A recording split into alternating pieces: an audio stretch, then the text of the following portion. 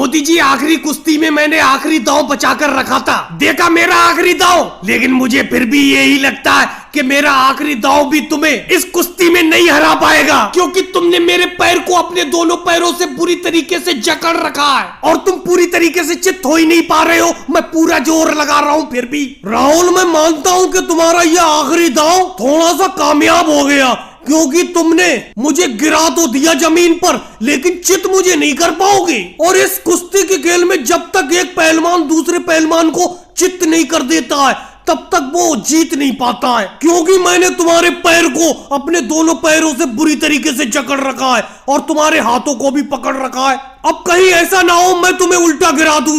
मोदी जी, आखिरी दांव तो मैंने फेंका था, लेकिन ऐसा लग रहा है कहीं मैं उल्टा ना गिर जाऊं। मोदी जी, जोर लगाओ, राहुल की टांग को बिल्कुल बुरी तरीके से दबा दो और उसके हाथों को खींच लो। तुम राहुल को गिरा सकती हो, इस कुश्ती को जीत सकती हो। माना कि 10 सालों से तुम्हारी दोनों की कुश्ती बराबर पर छूटती आ रही है। भले ही आखिरी दांव राहुल ने चल दिया हो, लेकिन मुझे ऐसा लग रहा है आखिरी दांव तुम्हारा बाकी है और तुम राहुल को हरा सकती हो। अरे जाओ लालू जी, इस टाइम मोदी जी जमीन पर है, राहुल तो अभी खड़ा हुआ है, तो राहुल कैसे हर सकता है? मुझे तो इस कुश्ती में ज्यादातर हारने के चांस मोदी जी के लग रहे हैं। अखिलेश, तुम गलत कह रहे हो, बिल्कुल गलत कह रहे हो। इस कुश्ती में ज्यादातर जीतने के चांस मोदी जी के हैं। देख नहीं रहे हो, मोदी जी भले ही जमीन पर हो, लेकिन अभी वो चित्त थोड़ी हुए और उन्होंने राहुल की टांग को बुरी तरीके से जकड़ रखा है। वो उल्टा गिरा देंगे राहुल को जमीन पर। मोदी जी, जोर लगाओ, जोर से जोर लगाओ, राहुल को नीचे गिरा दो। अरे क्या ओवैसी जी कह रहे हो कि जोर लगाओ?